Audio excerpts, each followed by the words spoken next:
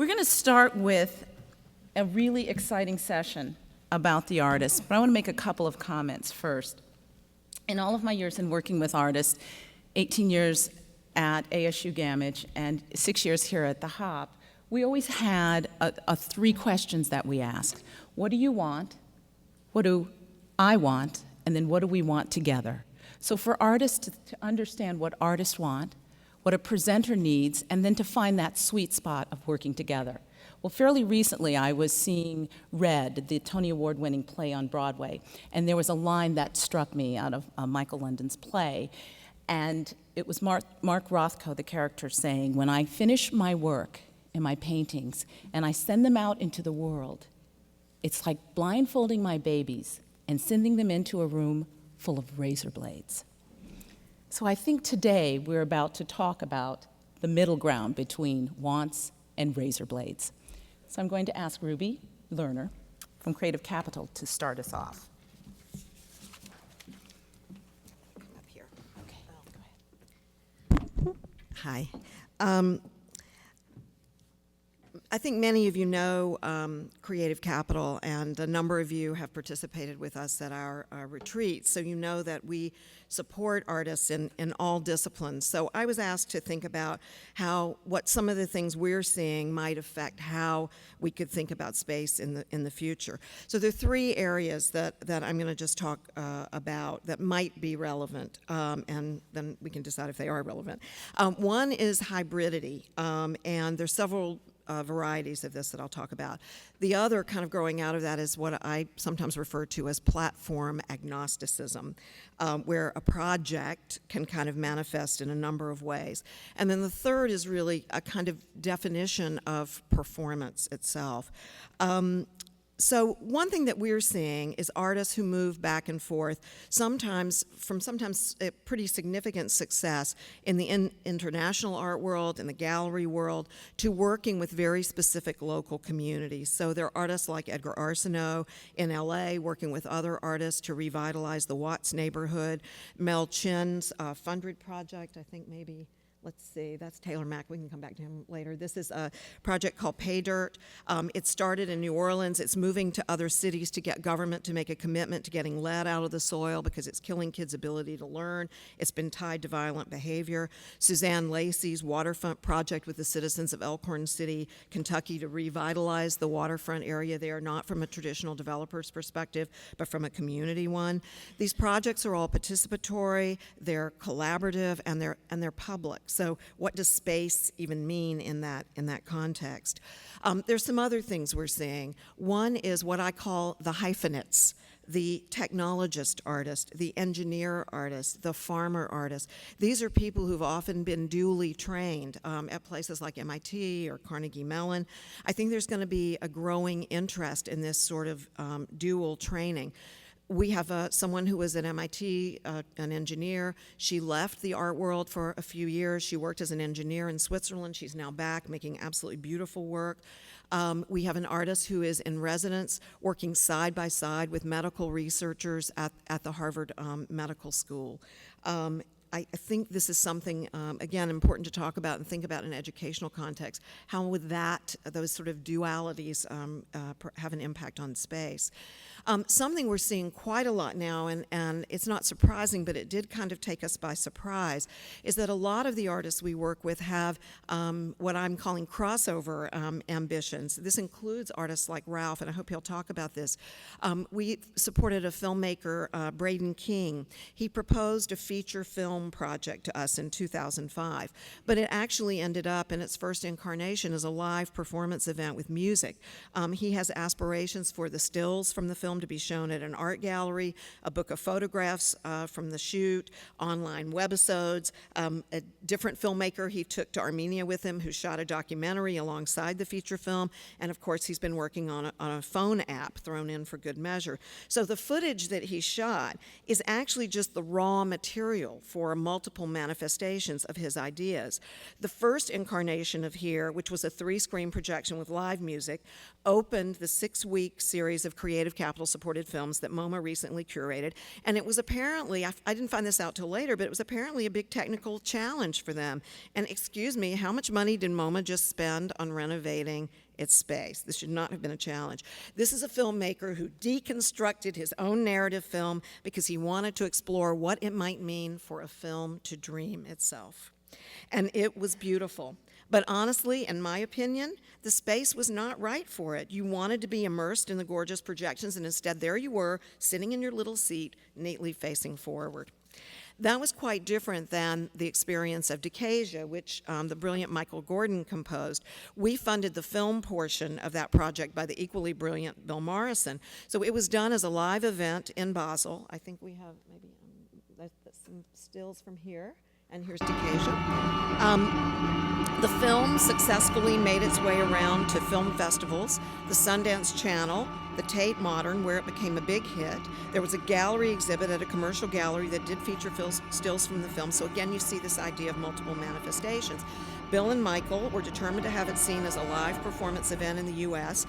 It opened the 25th anniversary season of Arts at St. Anne's, and it was immersive. And for me personally, it was an incredible experience. It was in a warehouse space, and I can't even imagine what that would have been like in a more conventional theater space.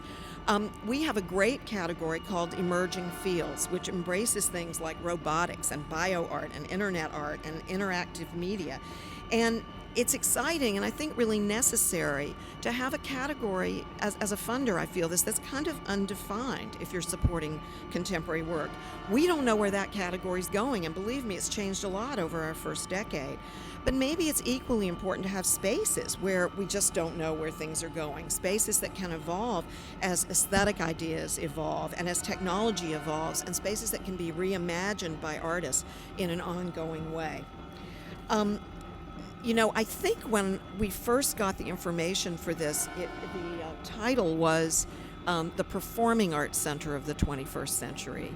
And so I titled my remarks, The Performing Arts Center of the 21st Century is not a performing arts center.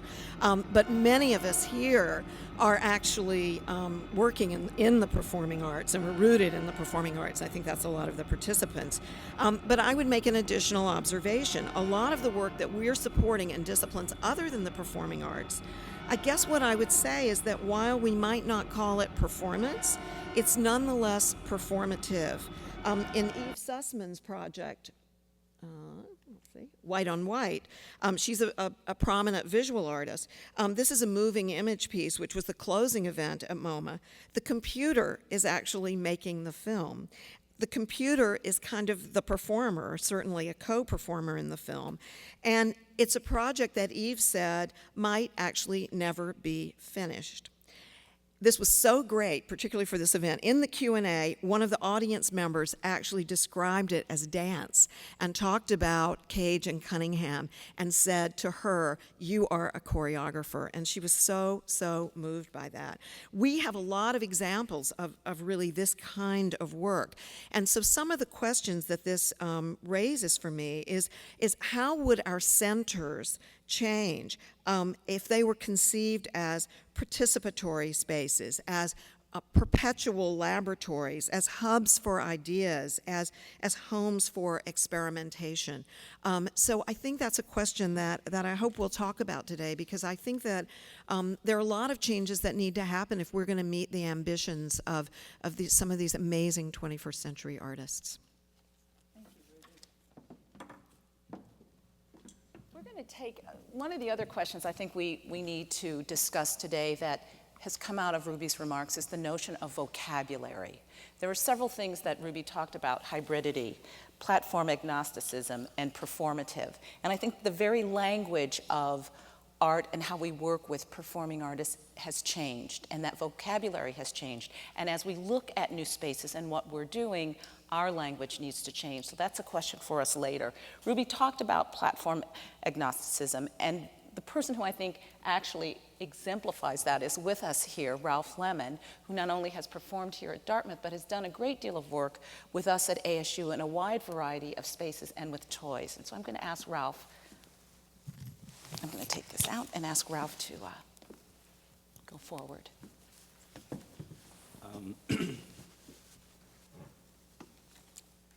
I was struck by that question earlier of the buildings of the future. And to me, you know, singularly as an artist, I think a question that interests me is what is what is art of the future? And then what is the relationship of art to audience or community of the future? Part of me feels like this idea of buildings is really sort of reductive. We're already in a phase of, you know, this digital online presence where, you know, brick and mortar containers that hold things are maybe not so useful, at least in kind of progressing innovation, which, you know, terribly interests me. So that said, then it becomes a really, you know, kind of scary, interesting discussion about, like, well, what does that mean and what do you do, you know, with all the buildings that we have? Absolutely. Right? You tear them down, or you do they collapse and then are sort of reconstructed? Or I don't know. I really feel like if one is serious about being current and kind of where we are in this particular field of life, which is about the creative experience, there's a certain responsibility to activism, like, you know, and really being active in how you're thinking about, like, what's being done. I have thought for years that, to me, the best sort of placement I could have as an artist would be to have relationships with that support system, i.e. theaters, funding sources, et cetera, that we were both kind of really trying to innovate. And it wasn't one that was just kind of holding a traditional sort of space and having me fit into that kind of traditional space. That there was really a discussion about how best to serve, you know, the creative experience, how best to encourage you to take risk, et cetera. And of course that's really hard, and, you know, it's a dream, but I still feel like that's really kind of a reality that makes the most sense to me, you know. And so we were talking last night about this idea of things as they are, and then what to do in the meantime, and how it seems to me it's beholden to me to just kind of be as creative as I can within what is confining. So if I can work with Colleen in her big space with all her toys, I will do that. And then if I have to then sort of rent a studio in New York with nothing, then I can find as much sort of profound and sublime space in that bareness as possible as well. And so I feel like there, you know, again, for me as an artist, it's my responsibility to really try and vision and work with what exists at this point, at the same time trying to take things apart. And Ralph, last night when we were all talking, and we've had several conversations ongoing, which went on for hours and hours, and we thought, this is what this discussion should be about, but what about the young emerging artist? And what about the young emerging artist who winds up at Cranard with a lot of bells and whistles and toys and creates this beautiful work to go out, and then to go to another space where there are no bells and whistles and toys, and has not the artistic maturity that you have? Well, I think before I answer that question quickly, I want to share something that happened in New York this winter during APAP. You all know Philip Byther at the Walker, and I think it's okay to share this story with Philip not being here. But we were at Abrams, and Abrams is this funky, well, it's an old church and an old community space in the East Village, and a young, new booking agent was bringing together all these young New York artists making really wild, unpresentable work. That's really turning me on like crazy because it's so vital. And so Philip and I went to see a performance by Anne Liv Young, and she did her crazy thing of pulling blueberries out of her vagina and throwing them at the audience. And But it wasn't just that. There was something also very interesting about like what she does, and not using her as like the primary example of this, but afterwards, Philip and I were talking, and he was like, "Yeah, this young work, it's so interesting," and but there was this. I had this sense that there was this needing to wait till it got better, that it got more of what it was, or more choreographed, or some kind of better dance art thing. And it was so clear to me that it's not getting better. This is it. Like, this is the work. This is the new work. And so Philip and I went and had drinks, and it's just like, Philip, it's like, I feel like, for a lot of the presenting culture, there needs to be a revisioning on how to look at this work. It's not going to become something else. This idea of what good dance is, or what good choreography is, or what good music is, right? And how does one do that? How does one really relearn looking at modernity, like, something that's vital, that really kind of has its own rules, and it's coming up from a completely new, sort of very relevant place in society. And then how to figure out how to present that. So by the end, it was great. Phil was like, "Yeah, I couldn't bring that into my theater, but maybe I could like present it in a bowling alley in Minneapolis." I thought that's a great beginning of this discussion. Whether it happens or not is sort of not really relevant, but just to begin to really rethink, what you think good work is now. Because believe me, it's not what it was. It's just not. And then, but what does that mean? Like the education, and it's like creating this new vocabulary. And again, getting back to this point of really a certain kind of activism, like getting out of your theaters, like, stop making these brochures that all look alike. Just like really, there's a real sort of, seismic change that kind of has to happen. I don't know. I just feel like we're all artists, and Well, and let's do that. It's an interesting point. I'm mic'd, so it's okay. It's an interesting point that we were also discussing, which comes into play of the role of the audience member, the community member in coming to work. And I was struck by a work that I saw at the Modern with Marina Abramovich's work. And in the piece, her exhibition was on the third floor of the Modern, but at the second floor, she was seated at a table in a long red robe, and opposite her, you could come and sit in the chair. And Michael Reed, my senior director of programs, myself were there, and there were long people were standing in line, and I went up to the gentleman, young man, he's probably about 20, and I said, "So, what are you doing?" He goes, "Well, it's my turn next." And I said, "Yeah." I said, "How long have you been here?" He said, "I got here at the crack of dawn so I could be next. But the guy that's sitting in the chair opposite her has been there for 2.5 hours. I said, 2.5 hours? I said, "So when you go up there, are you going to sit there for 2.5 hours? He says, "Well, I don't know now, because the woman behind me is from Romania, and she's come 10 days in a row to sit in that chair, but she hasn't gotten there yet, and she leaves the country tomorrow." So we began to talk about this discussion. The point, and it sounds like, oh, that sounds kind of goofy, but the poignancy of it is those individuals came to that artist and brought themselves to that work. Because the artist said nothing, did nothing, but sit there. And individuals came for hours. Some of them took their clothes off. Some of them did a wide array of things. And so that notion of also engaging artists in spaces or non-spaces, but the real goal of having our communities bring themselves to the work is a question we have to ask ourselves in creating these centers. And along those lines, I want Michael to talk. I'm going to pass the mic down to Michael in the notion of the asphalt jungle and bringing art to people. Thank you. Okay. I want to go back first and just say a couple of words about Decasia. Decasia was written for an orchestra in Basel, and when they called me and they said, "We want you to, write an orchestra, write this for our orchestra," I said, "Well, I have a different idea. I'd like to write an environmental symphony.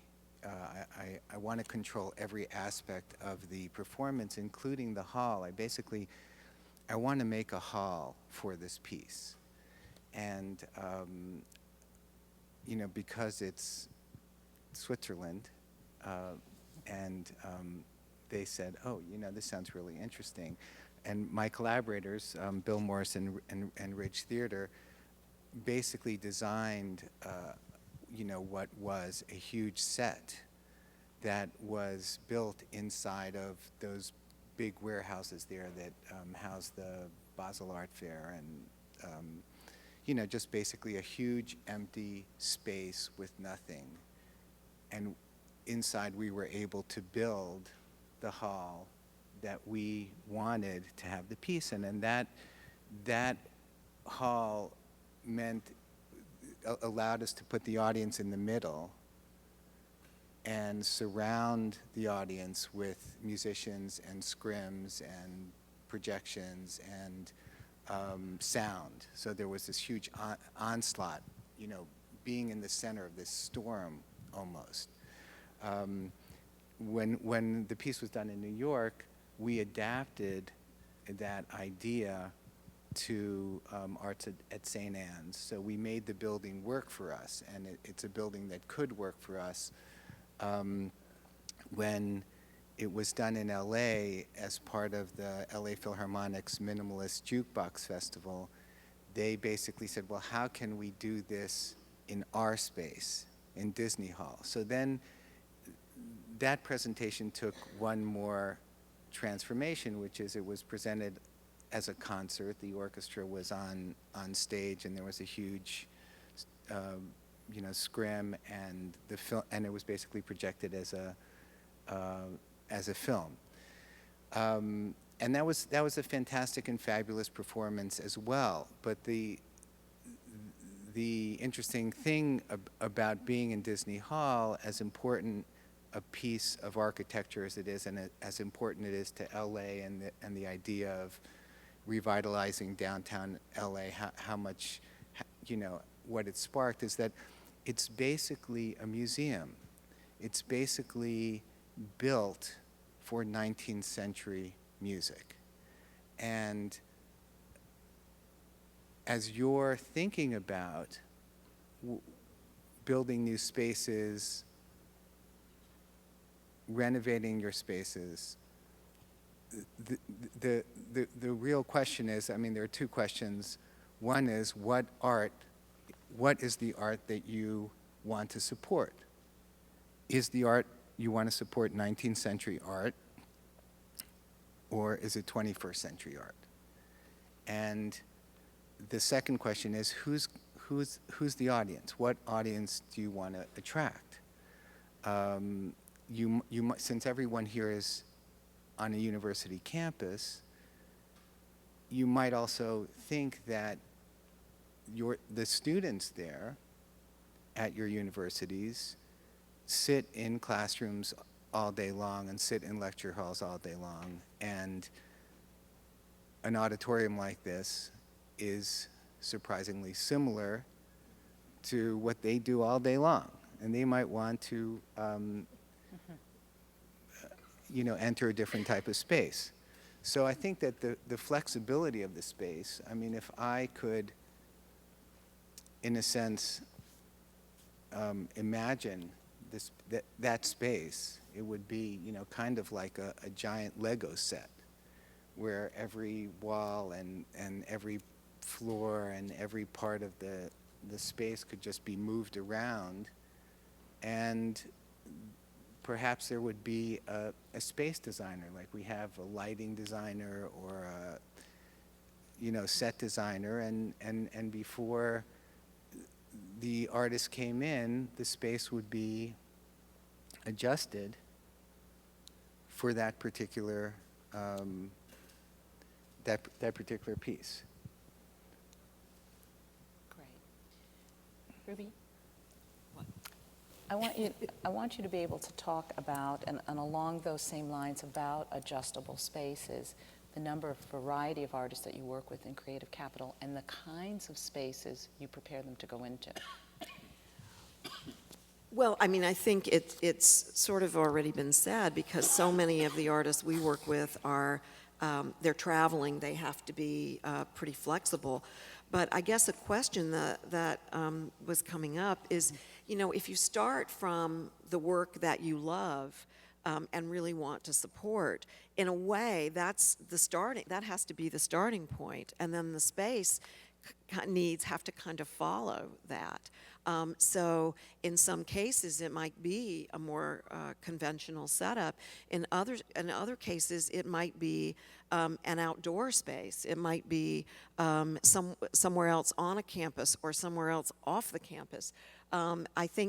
I think you have to start with the work you love and look at what kinds of support it needs.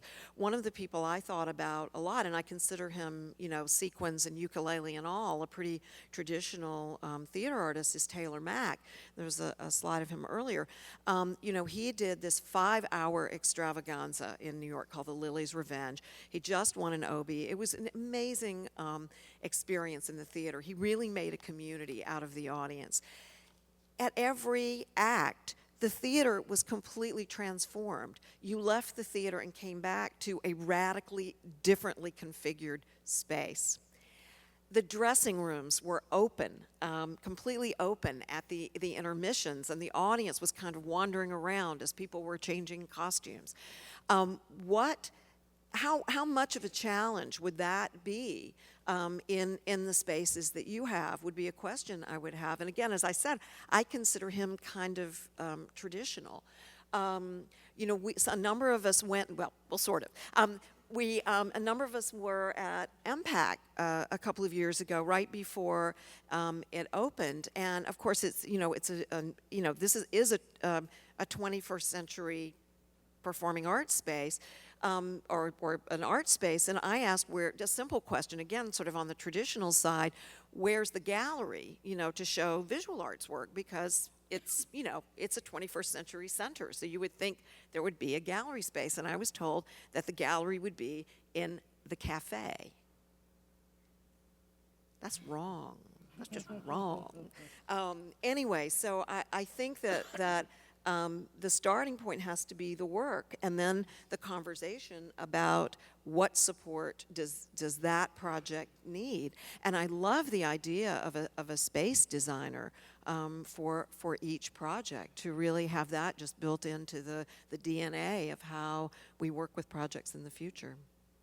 I think one of the same things along those lines that we were discussing, and the provost mentioned this earlier, about the notion of resources, and particularly those of us on campuses struggling with resources.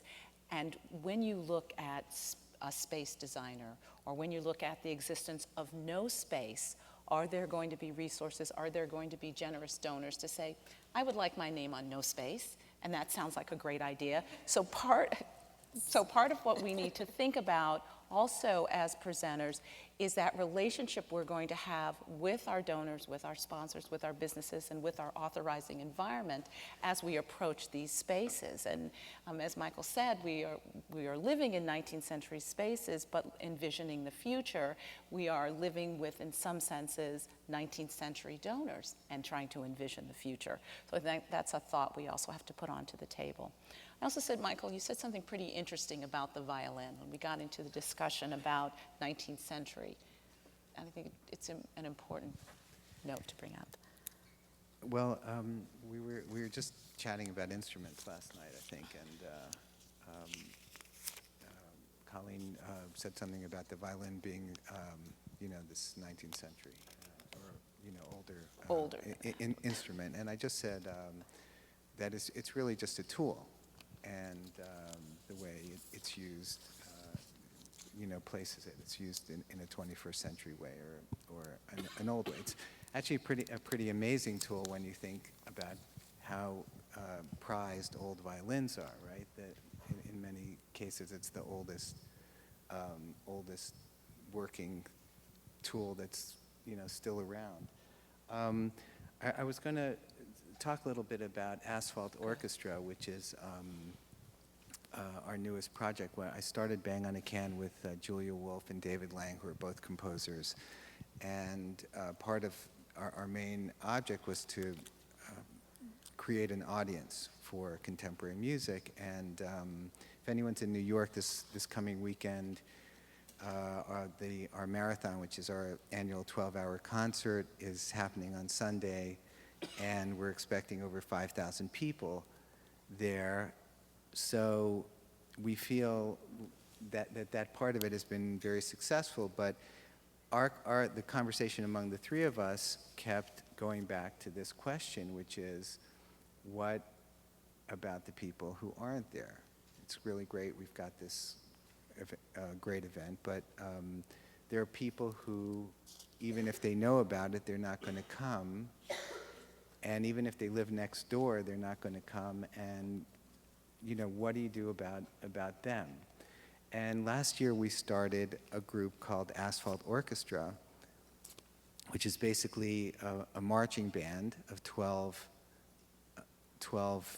musicians to go out and basically put the music in front of random groups of people that would just happen to be there, because they're not going to come to us. We are going to, in a sense, bring the music to them. I have this little video which will be entertaining, and I apologize that it's a little infomercial-ish, so I won't play too much of it.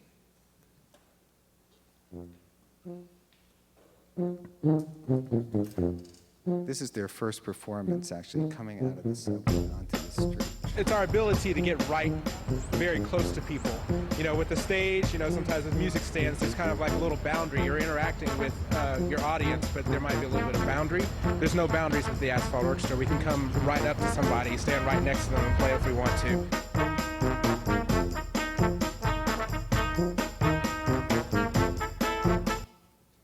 Okay, I don't want that to go on too long. You can all see that on your own.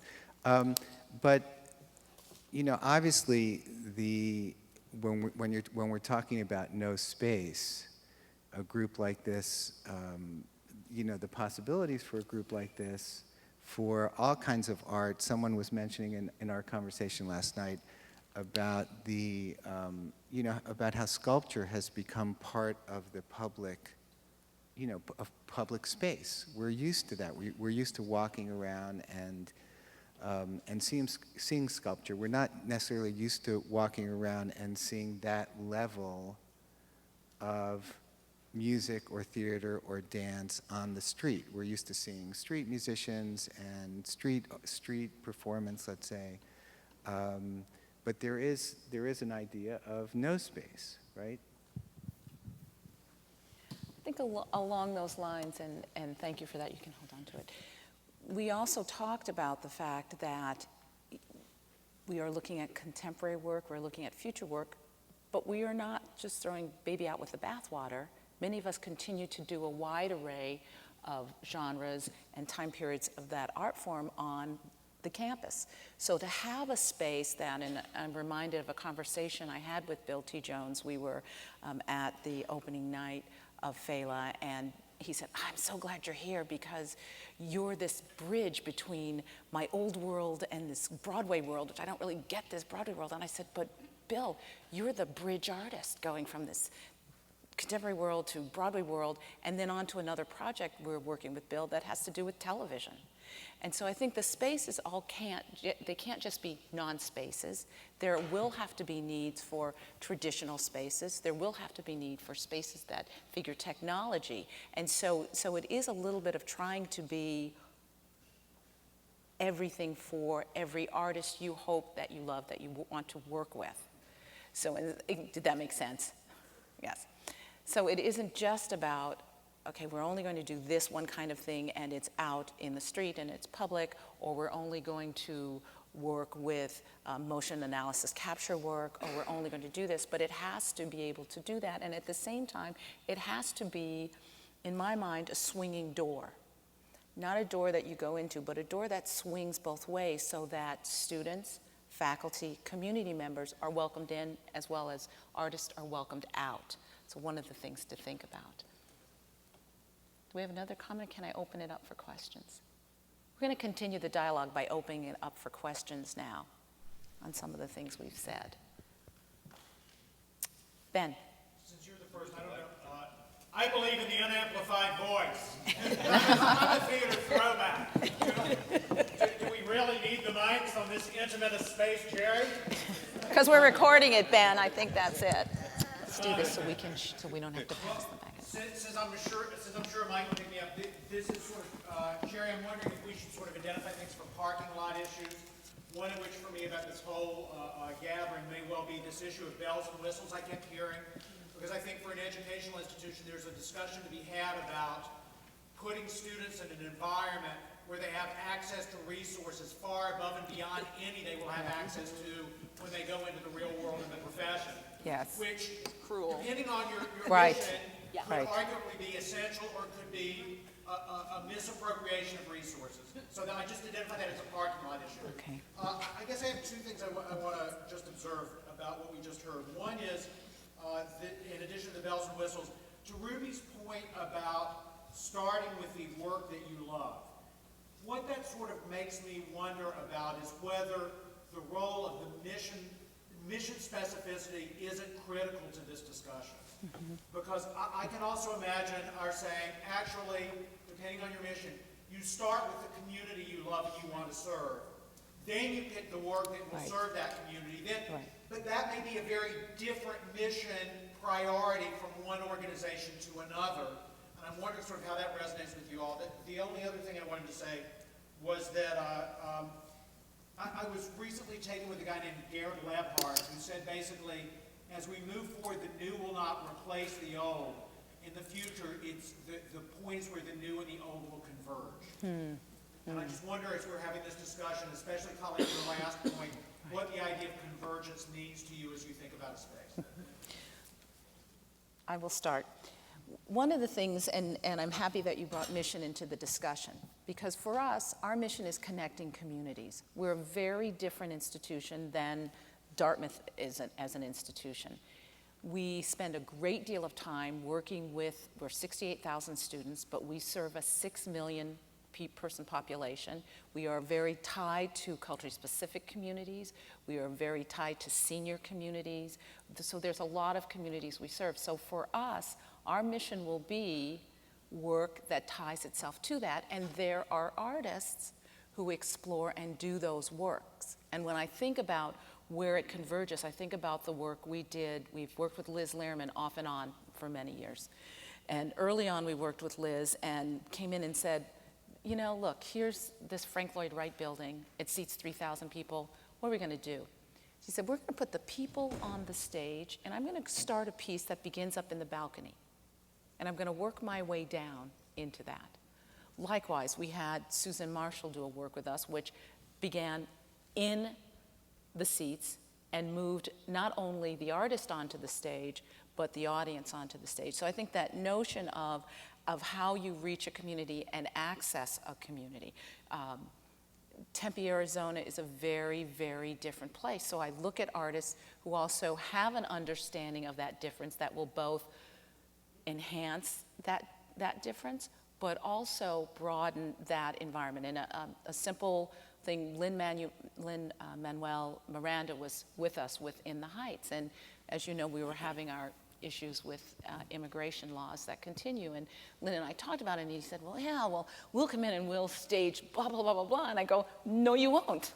No, you won't, because all you're going to do is blow it up. And the very people that are there, the 24,000 people who are going to see you during the course of the week, some of those very people will get up and walk out. So let's think about what we need to do. And what he did was brilliant. He put a line in I don't know how many of you have seen In the Heights, but it's the moment when 96,000, Abuela has won the, grandmother has won the lottery, and the cousin gets up there and he goes, with 96,000, I will repeal the immigration laws and end the hate, excuse me, in Arizona, and the audience just cheered.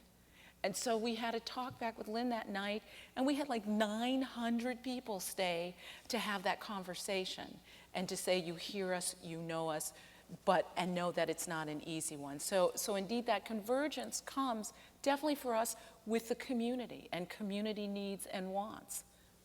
Ruby?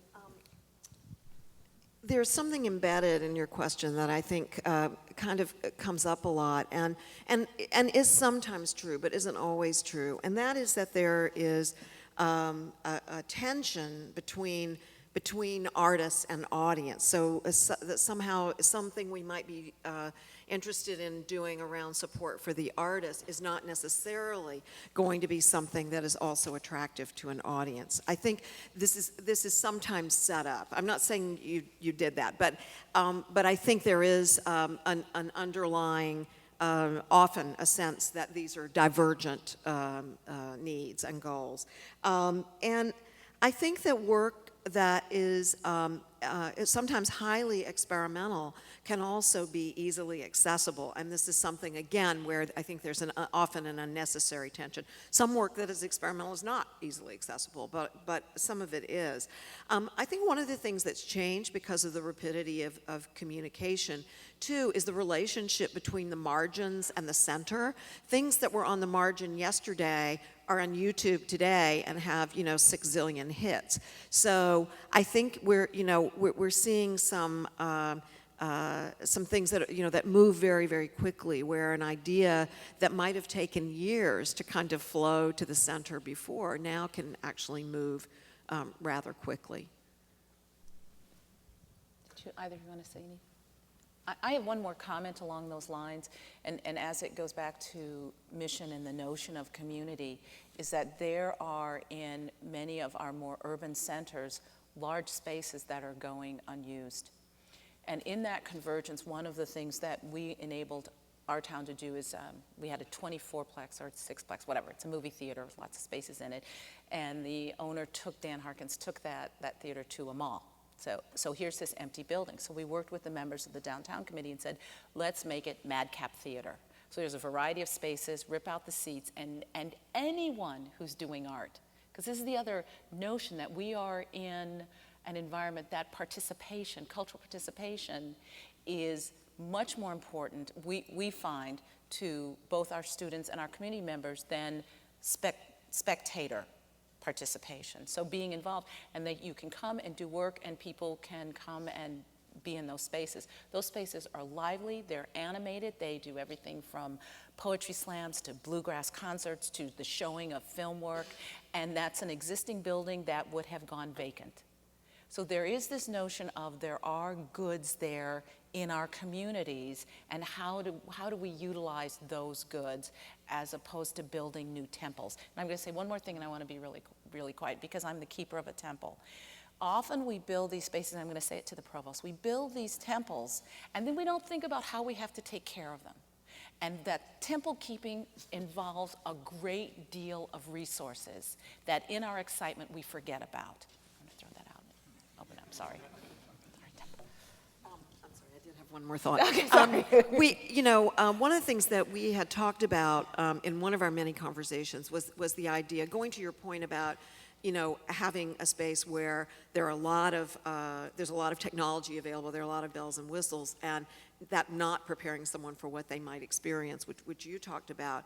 I think it would be probably not that hard to start a database of what is available in these various facilities that then anyone would have access to. So an artist might know, if they're brought into Arizona State or they're brought into Krannert, that they're going to have certain things available there that might not be available to them in other spaces. And just in the conception of the work, to be able to think about multiple incarnations of the work right from the beginning, so you're not shocked when you get to the basement space that doesn't have a lot of resources. There's one comment I want to make, Ben, or Colleen too, I think, on this, the idea for me of community. I think from my viewpoint, I wonder how much of it is a presumption of what you think your community is, do you know? Mm-hmm. Sense of what you're offering or should be offering. Mm-hmm. Mm-hmm. It's just something I've thought about for many years. It's like, what does that really mean, do you know? Right. Are you forcing something on them? Right. But then I think, again, it's like it's from the artist's point of view and from a presenter's point of view, there's an element of power, I guess, that needs to be acknowledged, right? I mean, you guys are curating. Mm-hmm. Mm-hmm. No, and I think You're curating aesthetic and taste and, right. you know, right, and the music you want to hear, the dance you want to see. And then this really, you know, and Colleen, we've had this conversation many years, and I'll out you again, but last night it's like, she told me years ago, like, she does Bruce Springsteen so she can present Pina Bausch, you know. And I thought, that's really, you know, real and honest and and interesting. I was going to say sad, but really interesting. No, but it's not sad at all, you know. It's not sad. But Because you there are- can't, you know what I mean, Right, like that. right, You right. can't, you know, Pina Bausch wasn't, you know, selling tickets, but it was important for you to present that. Right. But Bruce Springsteen was. And, you know, it's very interesting to me. And Well, and I think, and I think you and Ruby are also talking about the same things in terms of, you know, how do you create appetites and interests for things? And some appetites are there naturally, and then some appetites have to be grown and nourished, and some appetites are forced by a space. So no, absolutely. And the other point, something I'd like to bring up that's been interesting to me is the idea of generation. How much of how we think about any of this has to do with, you know, the generation we reside in. You know, Paul Virilio, the urbanist activist, French urbanist activist, you know, came up with this thing called dramology, where he talks about speed as being the primary force that is dictating our society, our civilization, versus, you know, class and economy. And he's absolutely right. I think, you know, exponentially, things are just moving so fast now that it's really hard to kind of know how to position oneself, because when you wake up, it's changed. And a younger generation are more, like, you know, fluent with this speed than my generation. And it's very affecting, and it's a very real thing, and it's only going to get faster. Right? So what does that mean about anything? Buildings, understanding, intellect, and even the human body, you know, with this singularity movement where, you know, nanoculture, we're going to be half flesh and bones and half like some chip, and that's real. That's really, that's the future. And it's meaningful to me. I don't know what to do about it, but just, you know, it brings all these questions of the fixed really into stark relief for me as I try to stay up.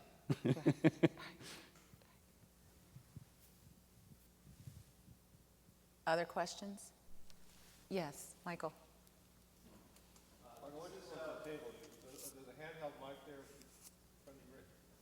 In front of Judy. This is a question for Ralph and Michael. It has to do with some of the things that have come up on the panel. One of them is the idea of self-curation and the iPod world, if you will, and what people put on their iPods, and they self-curate. And where we sit in that world as curators and presenters, where we should sit, and vis-a-vis of venues. And then from the artist standpoint, reconciling that with what you brought up, Ralph, a few minutes ago about modernity and looking at work by new artists, your evening with Philip. You know, where does, from an artist standpoint for both of you, Michael and Ralph, where does that idea of self-curation, we're talking about audience and who we want to attract to these buildings and where work actually happens if it's not in our buildings. So where does that sit in your mind, or where could it sit, this idea of self-curation, the new artist creating work that maybe we need to relearn how we look at, and then the audience and what you said about modernity and relevance to a modern contemporary world for an audience? I'm sorry, it's a complex question, but I think it's really important vis-a-vis buildings versus interactive kiosks in a mall, or versus, you know, where do we engage people? Why do they want to be engaged, and do they even care? Or does that make sense, the question?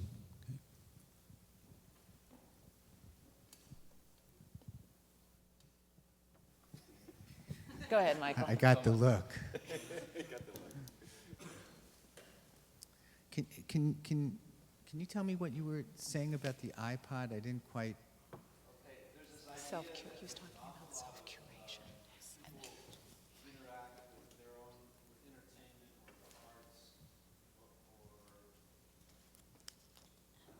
then No. Don't use the mic. How they want to spend their leisure time, and they choose it themselves. So they'll have Mozart on their iPod, and they'll have, Red Hot Chili Peppers, and they'll have the latest, So it's hottest self-curated. group.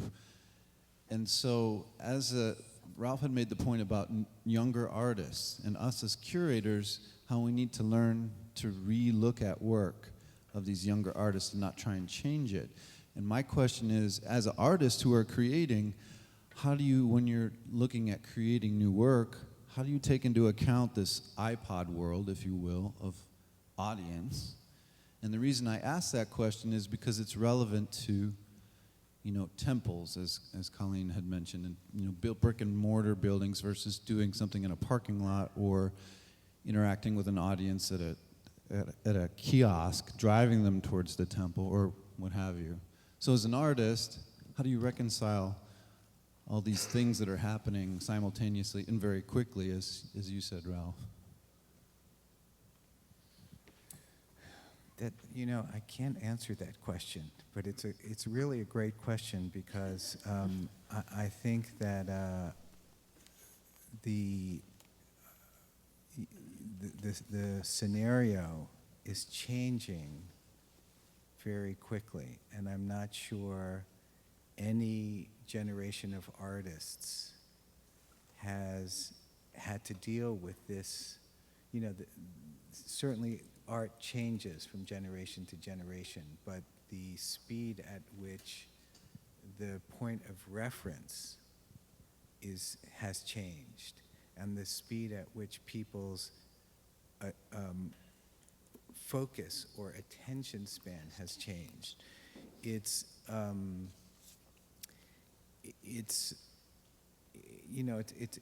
big question, and I think it's one of the reasons why breaking out of the contained spaces we've been in is so important, because we're now vying for the attention of people who have very little attention span.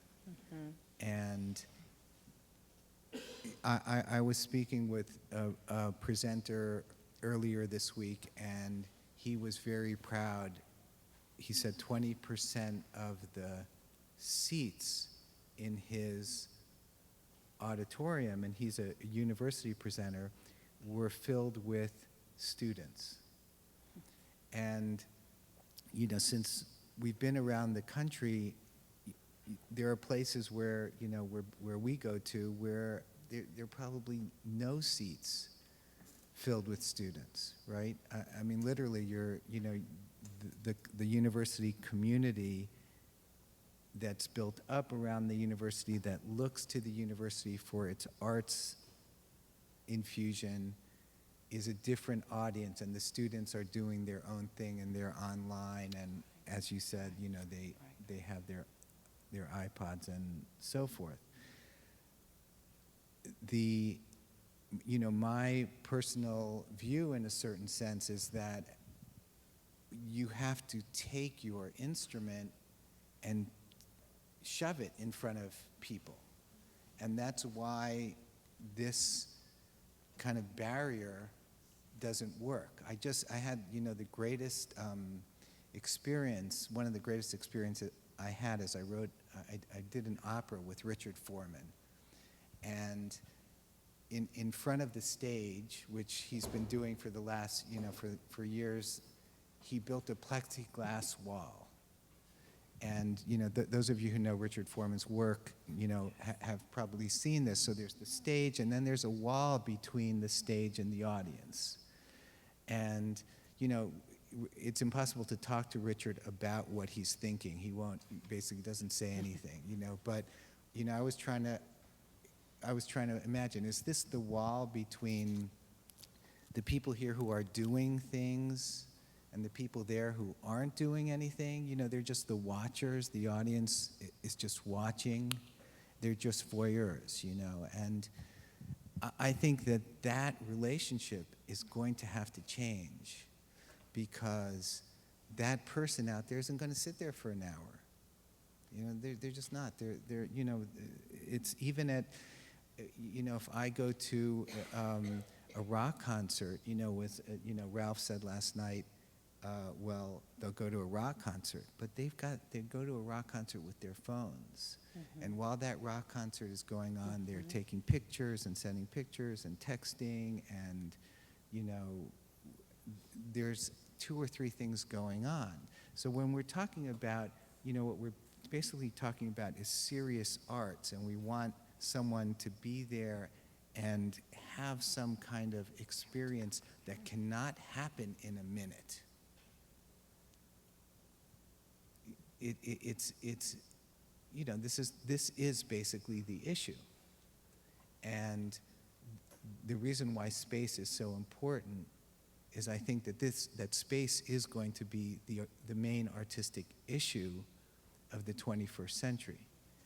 That people are going to be going, okay, we have to have a relationship with our audience, in a different type of relationship. We just can't be up here with the wall between us and the audience, and, you know, be in our, you know, we're the doers and they're the watchers. And Michael, I would just add on to that. I think there are artists who are already embracing that difference. We had Elizabeth Streb came and performed in one of our downtown spaces, and she said, does everybody have one of these? I want you to take out your cell phone. I want you to text. I want you to do video, and I want you to send it to your friends and say, I am at Elizabeth Streb. I'm at the Herberger. Come and see this. And throughout the people were taking pictures, people were texting, and it wasn't like, oh my God, would you put that away? It was like people were engaged, and they were engaged and participating in what the art was. And there's just so many times where, like, I can't believe this person. I was sitting in our own theater, and we had, I don't know, some big show on, and this 2 guys sitting next to me, they're like texting when I thought, do I tell them to put it away, or am I really glad that they're just here? And honestly, I came to the conclusion that I was really glad that they were there, and when there was something that engaged them on the stage, they stopped doing it. And when there was something that didn't, they kept doing it. So I think even as presenters, we're a little bit at an impasse of, you know, how to deal with that in terms of engagement. Colleen, I have to tell you that, you know, the Bang on a Can Marathon, which is this Sunday, last year, you know, because we are so hip, the first 2 rows were for people who were just tweeting, right? Very cool. So I am sitting 10 rows back next to someone who is following the twittering going on in the first 2 rows about the stuff going on the stage. On stage, okay? Now, personally, I mean, we have to do this, but personally, I find this to, again, be the problem that we are all facing as presenters, as artists, you know, across the board.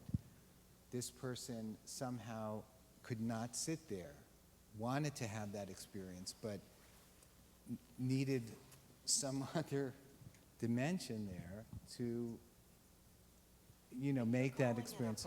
Here, give Ruby the Well, give Ruby the for microphone. me personally, Take the microphone. you know, for me personally, I am saying it's a problem for me personally. I'm not saying I'm going to get into a lot of trouble here. So I'm No, gonna no, stop okay, no, talking. say it. No, absolutely. I mean, I think this is what you were talking about with regard to the generational thing. We see it as a problem, but I think for a different generation, or maybe it's just anybody with ADD, it's part of the experience. It's actually an integral part of the experience, and it's not problematic at all. Jeffrey? I wanted to ask one of the students who are here on purpose because of this kind of question. Stephanie, can I put you on the spot? Are you over there? of our student advisory group. Can you respond or opine to the questions that are posed here? What exactly should I respond to? To this whole phenomenon of that it's assumed that people of your generation are attention deficit. Quite attention often. deficit issues, want to do multiple things, will not deal with the current, or with the past assumptions that we make about performance. I mean, I think it's really true that a lot of people in our generation like to carry on other things, and even like it's not just with the arts, but like even when we're studying, you have to have your iTunes going, and you have to be like chatting someone on the side, and then also studying. Though I don't know. I think just as we age, for me personally, I'm still pretty young, but I think that I'm starting to appreciate more the idea of doing things like and doing one thing by itself. And I was, yeah, it's scary how used to doing like many things I am. But I was talking to a professor the other day about appreciating artworks, because I'm also trying to like gain a wider appreciation for more arts. And he was saying how he would take his children to a museum and like only let them look at one piece of art at a time, just so that they like got accustomed to and not overwhelmed by everything that was all around them all the time. And I think that that's a really good way of learning to appreciate art. And for me, I'll go to student plays where I feel like it's our friends or performances where it's our friends that are really the main attraction, but that shouldn't be the case. And it should be that we are there to really enjoy and appreciate. And even if it's not something that we know how to appreciate yet, to like take that chance and to sit there and like figure out what it is about it. And on another note, a lot of hot performances afterwards, we have the discussions with artists, and those are also so wonderful, because it's really interesting to get into the head of the performers, and also really interesting because a lot of them are community members who stay for that part of the performance, and they have a very different perspective. And I think for people, like for students, we get to learn more of that. So I think maybe it's a time thing. I think maybe as we get older, we'll just all be a little bit better about, like sitting down and just focusing on one thing. I don't know. What about you guys? Go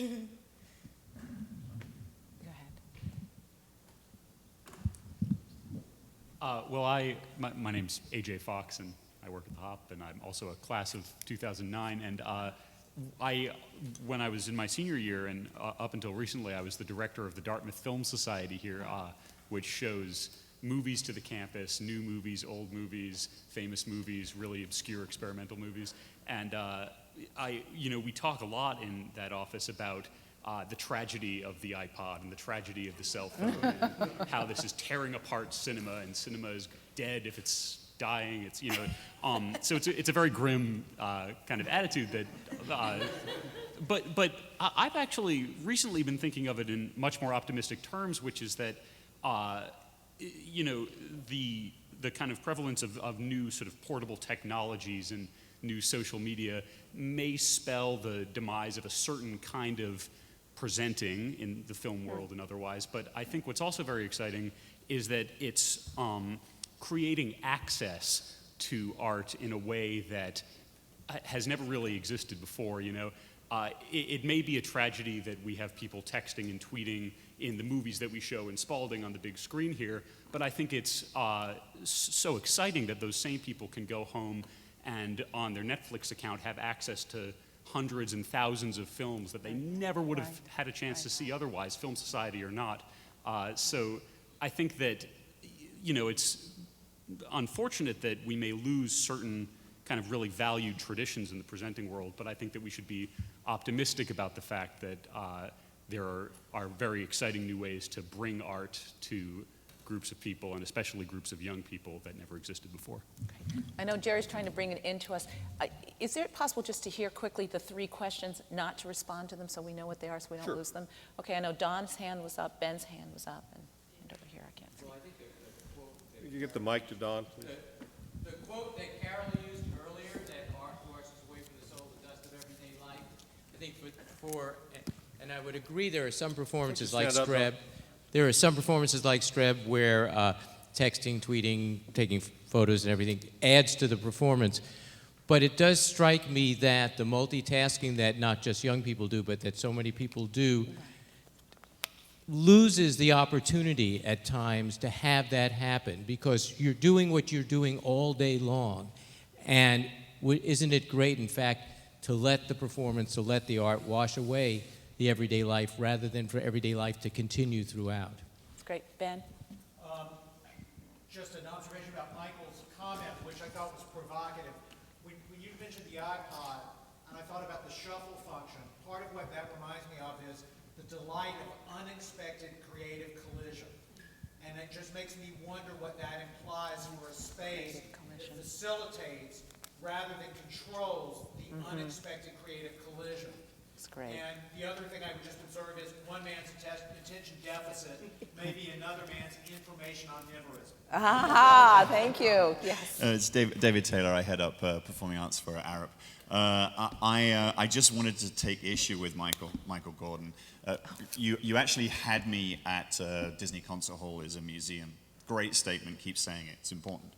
But there is not a shorter attention span amongst young people. It is something we older folk think that is the case. In fact, what we're seeing, and we've heard in these subsequent statements, is that there is additional interactivity, a lot of it supported by technology, that I think we should exploit as an asset. And I think that the buildings and the extramural, in the best possible way of saying that, beyond auditorium experiences, should capitalize on that interactivity. You've mentioned a few versions of that, and I hope that through the day and tomorrow that will come in as a source of things that we can talk about. Well, I want to thank our panel for just really Thank you. leading us off in a great way. Thank you.